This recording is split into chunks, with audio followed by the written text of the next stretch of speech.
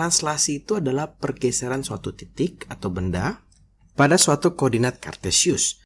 Nah, suatu operasi translasi itu bisa dinyatakan dengan bentuk sebagai berikut ya. Ada titik P, X, Y ditranslasikan dengan komponennya, dua komponen, yaitu komponen X-nya yang atas, komponen Y-nya yang bawah ya, tinggal dijumlahkan saja. Ya, ini gampang translasi, rumusnya hanya satu. Nah, A dan B ini adalah seberapa jauh sebuah titik bergeser. A itu adalah pergeseran untuk sumbu X. Ya, positif kalau dia bergeser ke kanan dan negatif kalau dia bergeser ke kiri.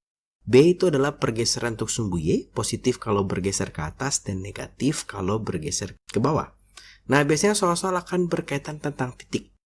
Jika nanti ketemu soal tentang bangun, maka yang digeser adalah titik-titik sudutnya. Di sini kakak ada sebuah contoh. Contoh yang pertama, titik A berada pada koordinat 4,5. Tentukan koordinat A aksen, berarti titik A yang sudah ditranslasikan bila dilakukan translasi oleh komponennya 2 dan min 3. Nah, jadi gampang nih ya kalau kita tulis rumusnya atau notasinya X, Y berarti 4,5 gitu ya. Ditranslasikan terhadap ini 2 dan min 3. Artinya ini kan A. Ya, berarti A aksennya itu tinggal 4 ditambah dengan 2, berarti 6. 5 ditambah dengan min 3, artinya 2, gitu ya.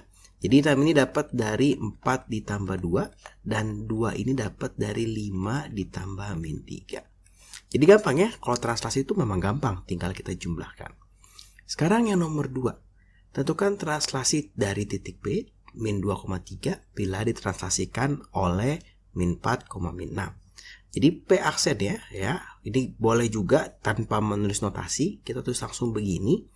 Ini berarti min 2 ditambah min 4 gitu ya. Dan juga 3 ditambah min 6. Atau ini hasilnya berarti P aksennya itu adalah min 2 dikurang min 4, min 6. 3 dikurang min 6, min 3.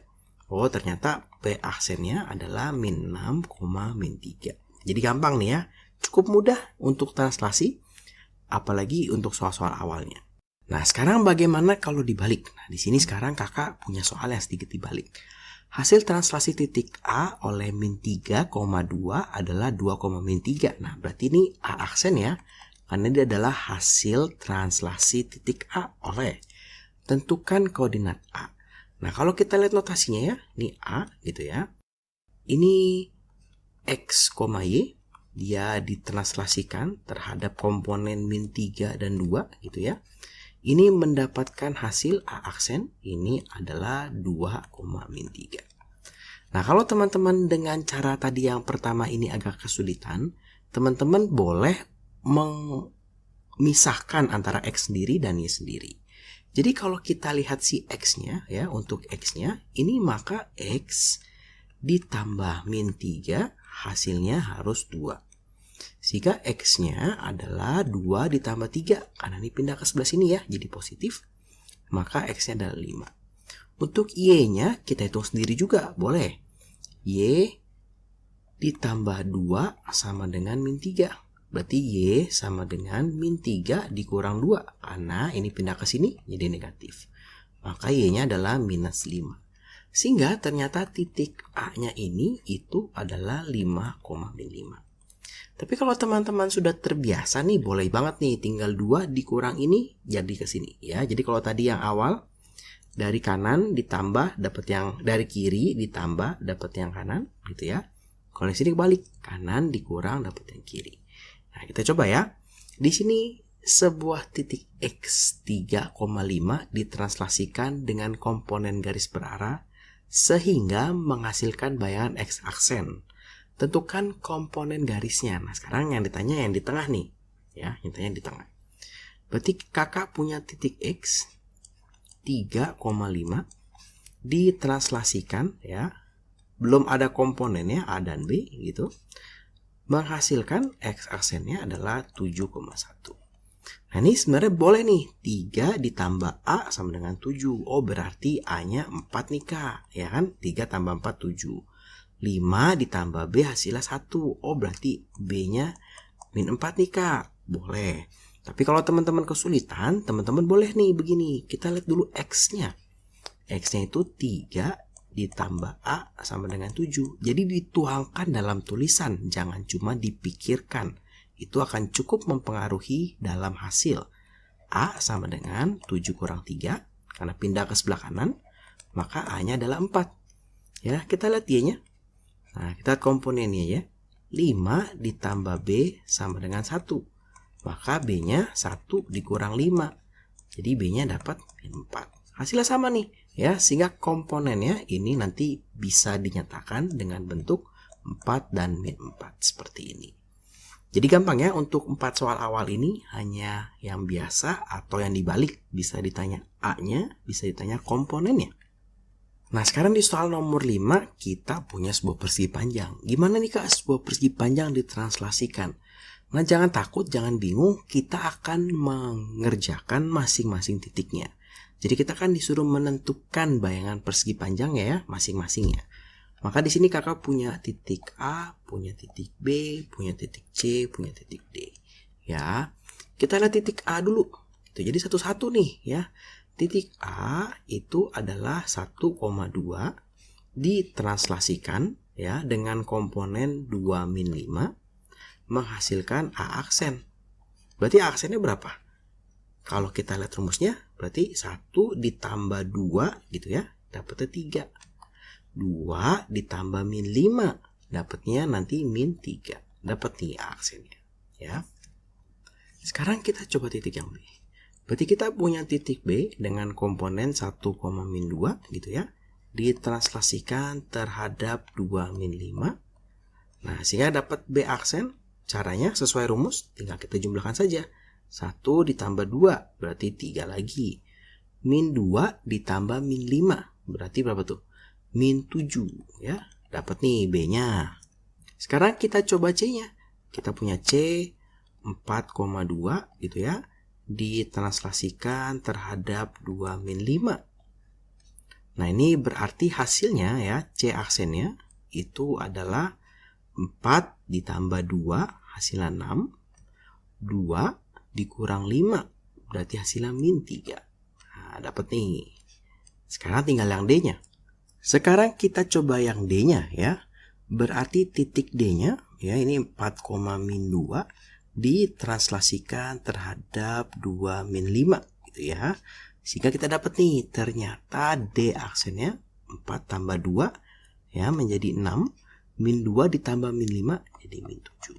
Jadi gampang ya, sebenarnya kalau kita tahu rumusnya dan translasi ini rumusnya cuma satu. A aksen itu sama dengan A ditambah komponennya. Gimana kalau disuruh menggambar Kak? Boleh nih disuruh menggambar misalnya seperti ini ya. Di sini kita punya persegi panjang tetap sama, koordinatnya 1,2. 1,2 itu berarti di sini. Ini titik A-nya ya. Kemudian titik B-nya 1, min 2. 1, min 2 berarti di sini. Ya, ini adalah titik B-nya. Kemudian 4,2. 4,2 di sini. Kemudian 4, min 2. Nah, ini kalau kita lihat gambarnya berarti ini seharusnya titik C, ini seharusnya titik D. Sekarang gimana nih Kak? Mau ditranslasikan? Prinsipnya sama, kita akan kerjakan satu-satu. Jadi kalau di sini adalah komponennya 2 dan min 5. Ingat ya, kalau positif yang ini itu berarti ke kanan. Kalau negatif dia ke kiri. Kalau ini yang bawah karena dia komponen Y. Kalau dia positif ke atas, kalau negatif dia ke bawah. Kita sekarang lihat yang A ya. Dia 2 ke kanan, berarti 1, 2. Kemudian dia turun 5 ke bawah. 1, 2, 3, 4, 5. Maka kita dapat nih, oh titik A-nya di sini. Ya, titik A aksennya. Sekarang kita coba yang D. D itu juga sama. 1, 2 ke kanan ya, karena dia positif. 5 ke bawah. 1, 2, 3, 4, 5. Dapat di sini. Ini adalah titik D aksennya. Kemudian titik B-nya 1, 2 ya. 1, 2, 3, 4, 5 di sini. Ini titik B aksennya. Kemudian yang C 1, 2 1, 2, 3, 4, 5 di sini ya, yang C aksen. Ya, ini nanti jawabannya pasti sama yang ini ya. Nih 6, min 7, 6, min 7 gitu ya. 3, min 7, 3, min 7 ya. Nah, jadi boleh pakai gambar, boleh pakai rumus.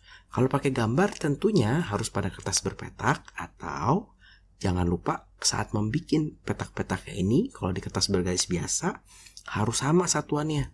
Jadi kalau ini setengah senti, ini harus setengah senti semua nih ya. Ini harus setengah senti semua, tidak boleh beda sehingga gambarnya bisa tepat. Sekarang kita coba kalau dibalik gitu ya.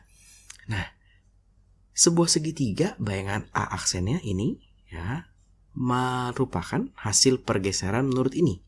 Kita disuruh menentukan koordinat awal dari segitiga tersebut. Berarti kita mau menentukan A-nya, B-nya, dan C-nya. Ya, berarti kita lihat aja nih. Kita cek yang A. Titik A kita belum tahu X, Y gitu ya. Ditranslasikan terhadap min 2,3 gitu. Menghasilkan A aksen min 4,3. Kalau tadi kan boleh kita langsung ya. Nah, ini juga boleh langsung nih ya. Berarti min 4 karena dia ke kiri dikurang min 2. Nih, X-nya itu adalah min 4 dikurang min 2. Sehingga hasilnya adalah min 2. Ya, hati-hati nih. Nanti Y-nya itu berarti 3 dikurang 3 atau hasilnya 0. Sehingga titik A-nya ya, titik A-nya ini kita dapatkan min 2,0. Sekali lagi, kalau tidak yakin dengan cara itu, maka contohnya seperti ini ya. Titik B, kita tidak tahu nih, ini X, Y gitu ya. Ditranslasikan terhadap min 2 dan 3 gitu. Menghasilkan B aksen 3,7 ya. Maka kita lihat X-nya, itu adalah X ditambah min 2 sama dengan 3. Ya, sehingga X-nya itu adalah 3, ini pindah ke sana, plus 2 sama dengan 5 gitu ya. Dan Y-nya berarti Y ditambah 3 sama dengan 7, sehingga Y-nya adalah 7 dikurang 3 sama dengan 4. Oh, ternyata titik B-nya itu adalah 5,4 ya. Jadi gampang nih. Sekarang kita cek yang C ya. Yang C itu berarti sebuah titik C X, Y ditranslasikan dengan komponen min 2 dan 3 menghasilkan C aksen 1,1. Langsung aja ya. Berarti untuk mencari X-nya 1 dikurang min 2 ya, hasilnya sama dengan 3. 1 tambah 2. Y-nya itu adalah 1 dikurang 3, hasilnya adalah min 2. Nah, sehingga kita dapat nih, ternyata titik C-nya itu adalah 3, min 2. Jadi gampang ya, tinggal dibalik. Kalau nanti prinsip untuk menggambarnya juga sama, kira-kira seperti itu. Nah, sekarang kita coba soal nomor 7. Nah, di sini 2 kali translasi nih. Jadi sebuah titik A 2,-3 ditranslasikan berturut-turut oleh 3, min 1, dan 2, 4. Ya, tentukan bayangan akhir dari titik A. Nah, berarti kalau kita lihat, berarti di sini kakak punya titik A nih. Ya, 2,-3. Dia ditranslasikan oleh 3, min 1. Akan menghasilkan A aksen. Ya, A aksen ini ada isinya dong. Berapa, berapa. Akan ditranslasikan lagi oleh 2, min 2, 4. Menghasilkan A double aksen atau A aksen-aksen. Nah, ini ada 2 nih. Oke, kita cobanya satu-satu. Jadi jangan langsung dari depan ke belakang. Jangan, dari depan ke tengah dulu. Kita mau mengisi yang ini dulu nih ya, untuk yang A aksen dulu nih. Berarti untuk mengisi yang aksen, ya ini berarti 2 ditambah 3, hasilnya di sini ya. 2 ditambah 3, hasilnya 5. Berarti min 3 ditambah 1, yang ini. Min 3 ditambah min 1, ini hasilnya berarti min 4. Nah, ini min 4. Sekarang untuk menghasilkan yang terakhir, jangan pakai yang A ini. Tapi kita akan pakai yang ini nih. Ya. Berarti untuk X-nya ini adalah 5 ditambah min 2 ya. Ini artinya 3. Untuk Y-nya berarti min 4 ditambah 4. Ini hasilnya adalah 0. Sehingga bayangan terakhir dari titik A adalah 3,0. Ya, jadi kalau 2 kali bikinnya satu-satu. Kalau kebalikannya juga sama ya, satu-satu. Dari A aksen, A double aksen, cari dulu A aksennya, baru cari A-nya. Ya. Contoh soal yang terakhir, kakak akan contohkan sebuah fungsi kalau ditranslasikan. Wah, gimana nih kak sebuah fungsi ditranslasikan? Kita disuruh menentukan bayangannya. Nah, kalau sebuah fungsi ditranslasikan nih jangan bingung gitu ya, jangan bingung. Jadi kakak akan anggap sebuah titik, misal titik A ya. Titik A itu adalah X, Y. X, Y ini akan ditranslasikan sejauh 1 dan 3. 1, 3. Kalau ditranslasikan seperti ini, maka kita menghasilkan A aksen ya. X tambah 1 dan Y tambah 3. Nah, sekarang begini. Sekarang fungsi nih. Kalau fungsi, nah ini fungsi itu kan Y sama dengan X kuadrat ditambah 3. Nah, kita bisa berbuat seperti ini nih. Di sini X-nya ini ya berubah menjadi X tambah 1. Sehingga di sini X-nya boleh menjadi X tambah 1 di kuadrat ditambah 3. Y di sini berubah jadi Y tambah 3. Nah, berarti di sini Y ditambah 3. Gitu ya. Jadi kita anggap sebuah titik. Kita misalkan sebuah titik. Kemudian titik ini kita aplikasikan ke dalam fungsinya. Bagaimana kalau dia berubah? Ya, maka di sini kakak punya Y tambah 3 sama dengan, hati-hati ya, kalau yang ini X1 di kuadrat, X tambah 1 di kuadrat, jadinya seperti ini nih. Ya, X tambah 1 dikali X tambah 1. X dikali X, X kuadrat. X dikali 1 ditambah X. 1 dikali X ditambah X. 1 kali 1 plus 1. Maka hasilnya adalah X kuadrat tambah 2X tambah 1. Sehingga di sini kakak punya X kuadrat ditambah 2X ditambah 1 ditambah 3. Maka Y sama dengan X kuadrat, ini ternyata boleh dihilangkan ya. Karena kalau dia pindah jadi min saling menghilangkan. Ditambah 2X ditambah 1. Ya berarti ini F aksen X-nya ya yang baru itu adalah X kuadrat ditambah 2X ditambah 1. Ini adalah fungsi hasil translasi dari fungsi yang ini. Nah, jadi gampangnya ternyata translasi itu tinggal dijumlahkan. Jadi kalau soal-soal translasi harusnya tidak mungkin salah ya.